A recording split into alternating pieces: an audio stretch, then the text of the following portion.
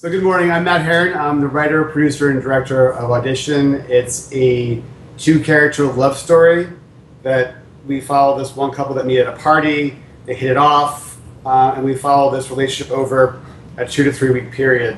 What makes this film a little bit different is that we have 100 New York City actors that are playing these two characters, and they're actually competing to stay in the film itself, to stay in the story. And the first act is performed by the 100 actors. And by the second act, we've narrowed it down to 10 actors. What we're looking for is the best 2 actors to do the final act of the film. At first, I didn't have a story. I had the concept. I had a mathematical formula for how this was going to work, but I didn't have a story. I had just gone through a breakup, and I was starting to date again.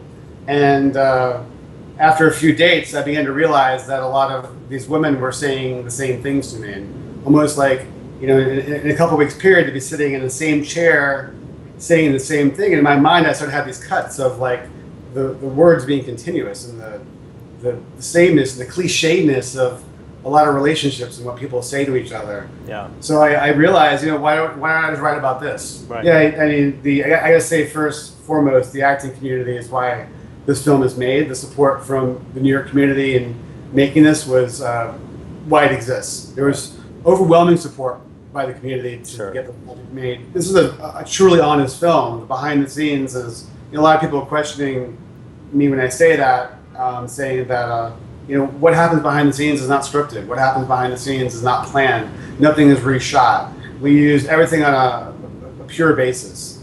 The film we made an honest film using actors to tell an honest film about love and questioning it. So what's next for me?